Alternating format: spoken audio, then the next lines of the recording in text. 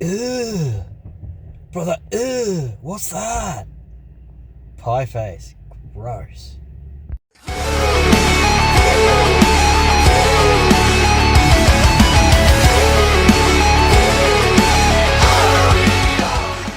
What is up, fellow adventure hunters? As always, it's your boy Az and your girl Molly.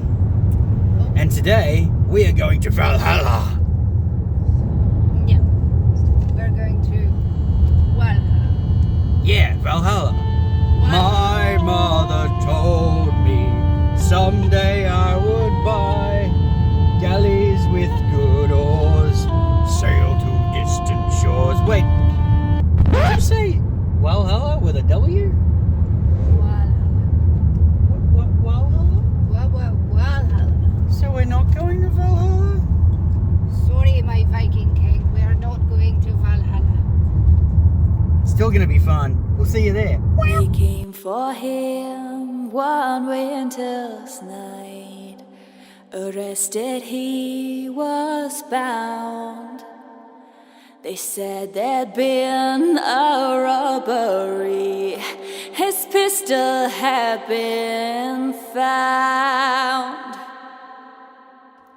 They marched him to the station house. He waited till the dawn. And as they led him to the dock, he knew that he'd been wronged. You stand accused of robbery, he heard the battle say. He knew without an alibi, tomorrow's light would mourn his freedom. Over the hills and far away, for 10 long years he'll count the days. Over the mountains and the seas, a prisoner's life for him there'll be.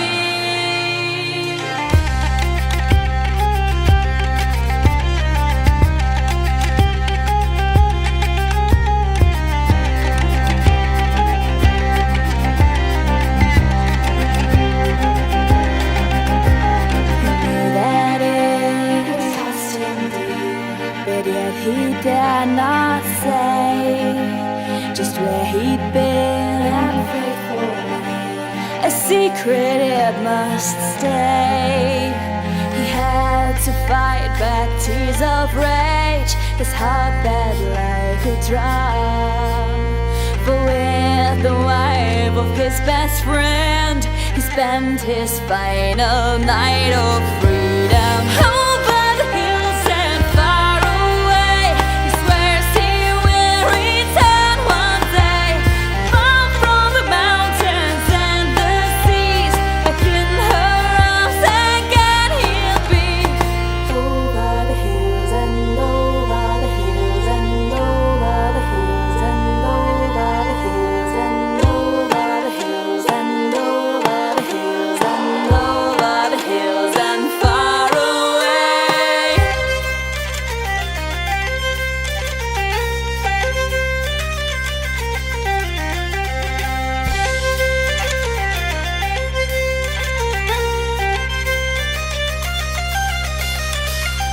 Tied within his prison cell, he looks out through the bars. He reads the letters that she wrote. One day he'll know the taste of freedom. Over the hills and far away, she prays he will return one day. As sure as the rivers reach the seas, back in his arms again she'll be. Over the hills and far away, he swears he will return one day. As sure as the rivers reach the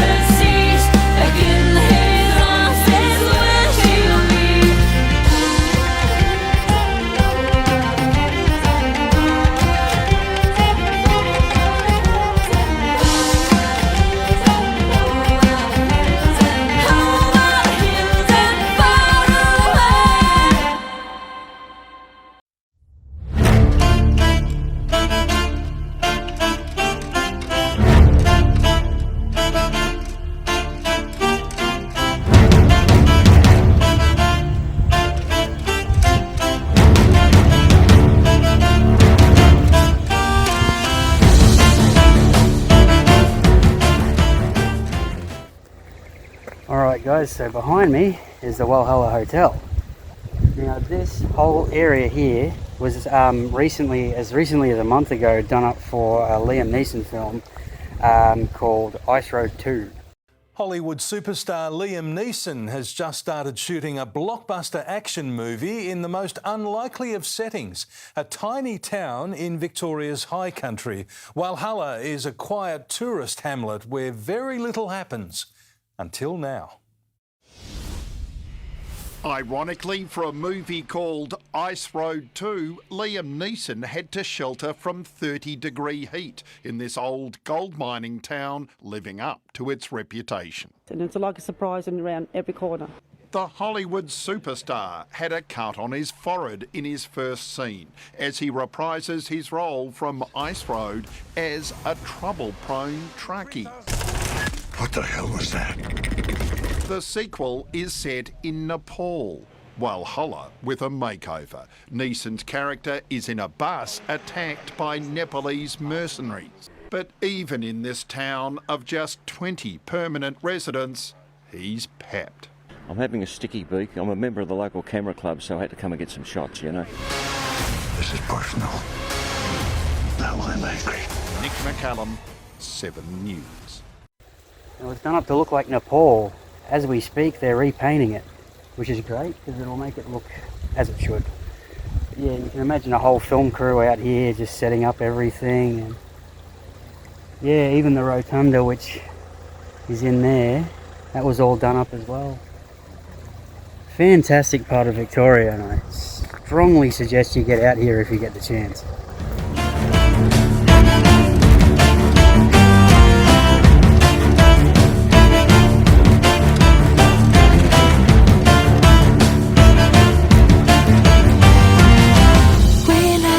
Every moment but this one, why don't we recognize their faces loving us? So what's God if not the spark that started life? Smile of a stranger, sweet music, starry skies, wonder, mystery, wherever my road goes. Early wake-ups in the moving home, scent of fresh mown grass in the morning sun. Open theme park gates waiting for a ride in the day, every day, and the sunset finding the way back home.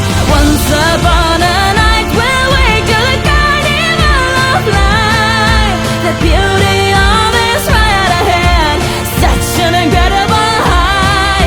It's hard to ride, I cannot easy to catch that I can stand. This moment, the dawn of humanity, last ride of a day.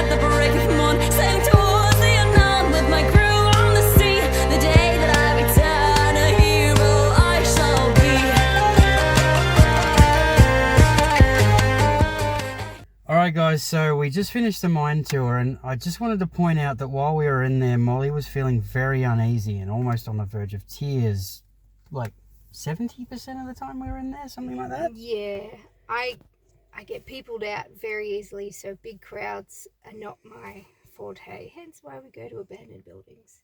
So we're always at the back, always the last one, but yes, I'm like trying to breathe and just, yeah, I wanted to cry so many times. I don't know why, and they only spoke about one death in there, only for you to tell me that there was hundreds. So, yeah. Now, just to put it out there, guys, Molly wasn't actually feeling this way because of the side of the crowd. No. There was definitely a lot of... It hung heavy on the air, the feeling of just... I guess you'd know. say loss. I guess you'd say, yeah. Yeah, it was just on the verge of tears. Like, if someone, I don't know, when you really try and hold it in and you just start almost hyperventilating, but not actually hyperventilating. That's what it felt like. That's why I keep telling you to say, I'm okay, just don't ask me again, otherwise I will cry. Yeah, right. Yes. Because what was interesting is after Molly left, she went to speak to the woman that runs the Walhalla Witchery Cafe and shop. It's a cafe at the moment, but they are opening up a shop soon. Can I say that we got to see a bit of a sneak peek? And you guys definitely need to see it once it's open. So come out here, have a look. And hopefully it's open fairly soon, but it's looking very cool. Molly went in there to have a chat with that woman, so we'll let Molly speak to that. But while she was doing that, I went up to the information centre, which is just a bit further up the road, and I mentioned to them how Molly was feeling while she was in there, and the woman said, I'm not surprised. Hundreds of people died in there. Hundreds.